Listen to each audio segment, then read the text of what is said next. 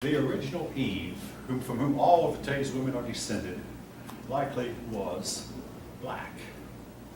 Now, again, I could give you reasons why I think so, but the original Eve was quite possibly black. Now, that doesn't bother me in the least little bit. I don't care.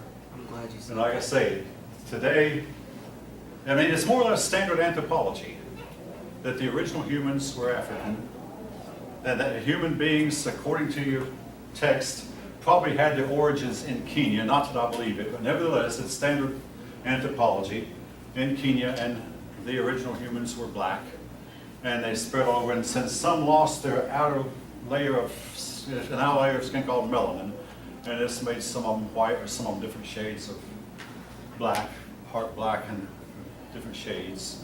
But anyway, having gotten that much off my chest, if any of you don't like what I've said, take it up with the anthropologist. I mean, have any of you heard this before? I mean, What you said, yes. Oh yeah, what I just said, yeah, you've heard it? Okay, most of you probably heard it already. Yeah, you've heard it.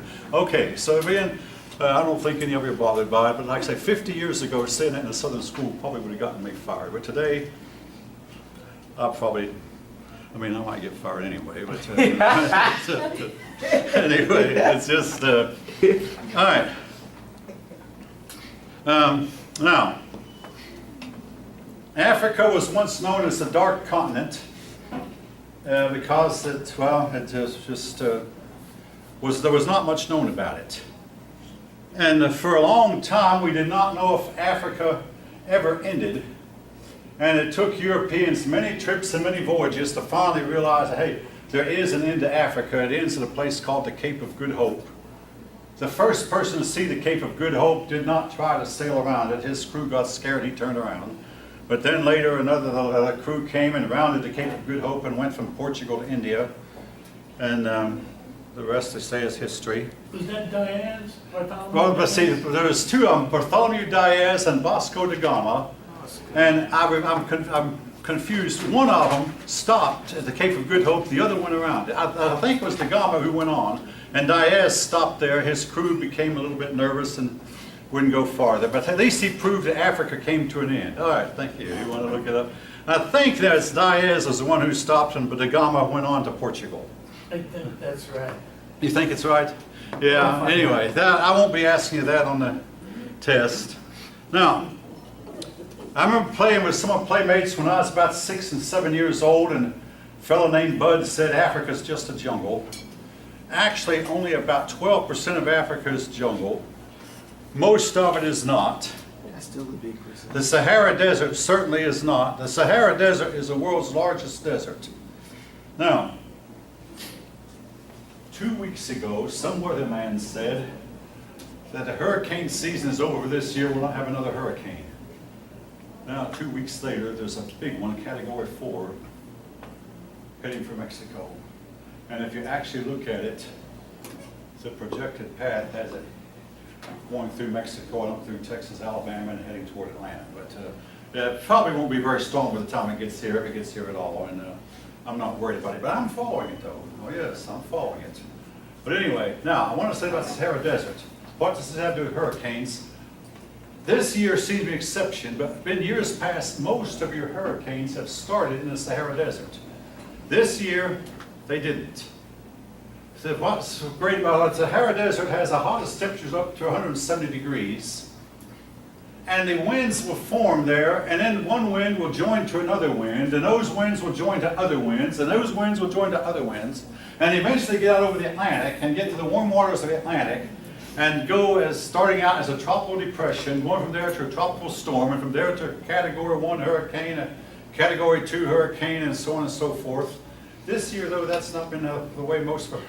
Hurricane Matthew formed rather suddenly right off the coast of Belize, and surprised everybody because within a few days it hit the United States. And then this other one was not supposed to happen, but there is a hurricane now heading right toward Mexico that's supposed to arrive Wednesday morning. Any of you know which? I forgot the name of it. But, there is one. But again, did not form in the Sahara. But the Sahara Desert has the world's hottest temperatures. Now, Africa also has a lot of grasslands. Now, when I say grasslands, I don't mean the little bitty grass you walk on and try to keep mowed here. I'm talking about grasses are taller than we are, and grasses are so thick that you can stick out your hand and can't see your hand. And folks, unless you're with a trained guide, don't ever enter them. And even I wouldn't enter them with a trained guide, because there's all kind of beasts that can hit you, including poisonous snakes that can live in those places. Of which they have many. Oh, yes, of which they have a lot of them, and you'll never see them. You'll just feel them. But believe me, there are tour guides who can go into those places and not be bothered and come out and never get lost. An ordinary human would go in and be within a few feet, you'll be totally, hopelessly lost. The right tour guide can find his way back out. I don't know how they do it. But anyway, but there's a lot of grasslands, particularly along the Niger River. East Africa has a lot of snow-capped mountains and lakes. And this is where a lot of the wild beasts live. And East Africa is where a lot of your safaris take place, where the foreigners go in to hunt. And it's in East Africa, particularly the Kenya region, where, according to standard historians, mankind began. But the jungles, found mostly along the Congo Basin. The Congo is the only river in Africa that I know of that doesn't drop off, so it doesn't have waterfalls. In other words, the Nile River will go for a while, then have a cataract, drop off several feet, go along for a while, have a cataract, and all these because Africa is in layers. I'll draw it maybe better. The continent of Africa, but the Congo River is so deep and so wide that it can avoid the layers and remain flat for several miles as it flows toward the ocean.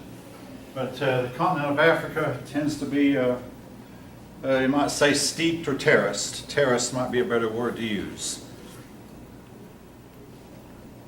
And there in this Congo region, that is where most the richest, mineral richest area in the world is found.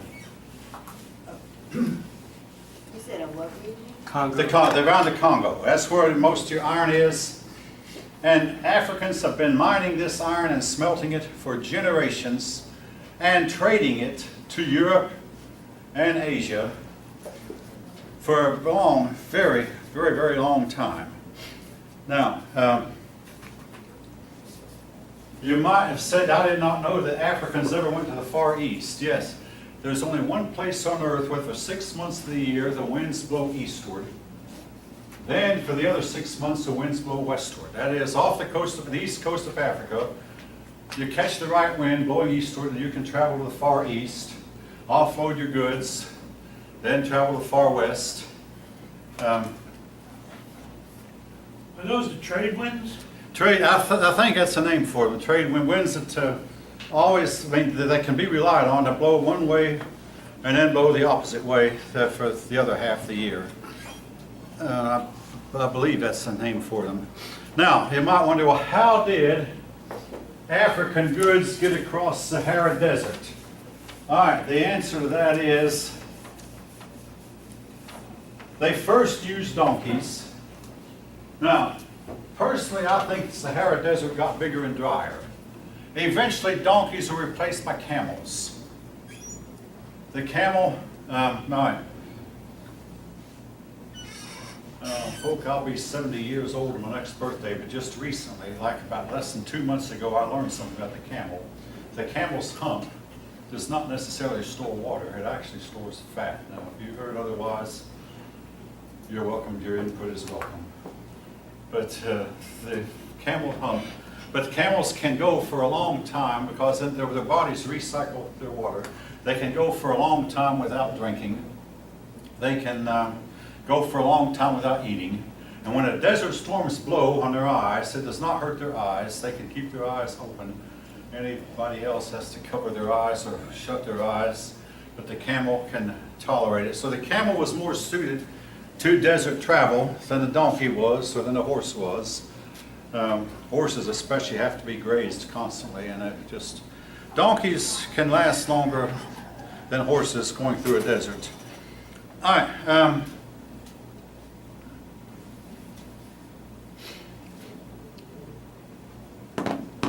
Anyway, so this is how. Now, the people who travel across the desert look for areas in the desert called oases. I mentioned the word oasis before. An oasis is like a water fountain in a desert water hole. It's a place in the desert where you find water. And around an oasis, they'll be growing like palm trees or other kinds of trees. And oftentimes the people living in it will set up a small town, and the town will get bigger and bigger, as big as the water that the supplies can afford. But the caravans that go through the desert will go from one oasis to another.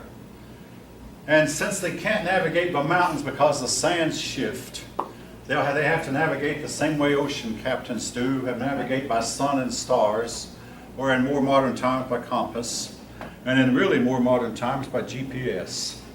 GPSs will work in the desert also.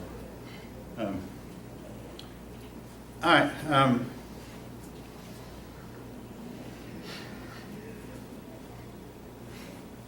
Anyway, this is the geography of Africa. The world's biggest desert, the Sahara, and south of it, some of the world's most dense jungles, the jungles of the Congo. To the east, the Safari country. Then you go farther south, and you come into desert again. Botswana, by this day, Botswana has a lot of deserts. Namibia. What's that? Namibia. Thank you. I'm not even going to attempt to pronounce that word. What's the Kalahari Desert on the western coast of Africa? Yeah. Oh, yeah. Africa has a bunch of deserts, not just the Sahara, but a bunch of others. Now, South Africa, a lot of hills, plateaus, and deserts. Now, at one time we said Africa had no history, but our history is slowly being reconstructed. And before we proceed, I want to say this. A lot of Africans claim that they passed their history down by word of mouth from one generation to another. The problem with this is once the person who knew their history dies, unless he has taught it to a lot of younger people, his history is going to be lost. Now, at one time, African people were expected to memorize the names of their ancestors back at least 50 generations, and this determined which tribe you were in. And they would often meet with other tribes and compare notes. In other words, my father was such and such, and his father was so and so, and all the way back for 50 or so generations, and this ancestor did this, and that ancestor did that, and this ancestor did such and such. And if we could know how reliable this history is, we might be able to eventually reconstruct it. But the problem is, Africa was so largely depopulated during the slave trade which began in the 1500s and was continued till it was finally outlawed 300 years later in the early 1800s. And the slave trade did a lot to greatly disrupt African life, but there might be a few people in Africa who still know enough of these old traditions to create a history, but so far that has not been done. History is a matter of written records. Always has been, but maybe not always will be. So much of what we know then about African history, we're piecing together from persons who went to Africa from outside and wrote about it. And we're finding more and more of these writings as time goes on. We're also able to reconstruct their history by reconstructing their trails. In other words, what routes did these people take as they moved from place to another, studying their trade routes and their artwork. The African people were excellent artists. They left behind a whole lot of statues and paintings. And they left, some of them did not just build wooden villages, but some of them built stone villages, stone cities even, that were eventually abandoned. You find a lot of abandoned cities in Africa, and just like you find in the Middle East and the Far East. From this, we're able to somewhat reconstruct some of their history. All right, with that as an introduction.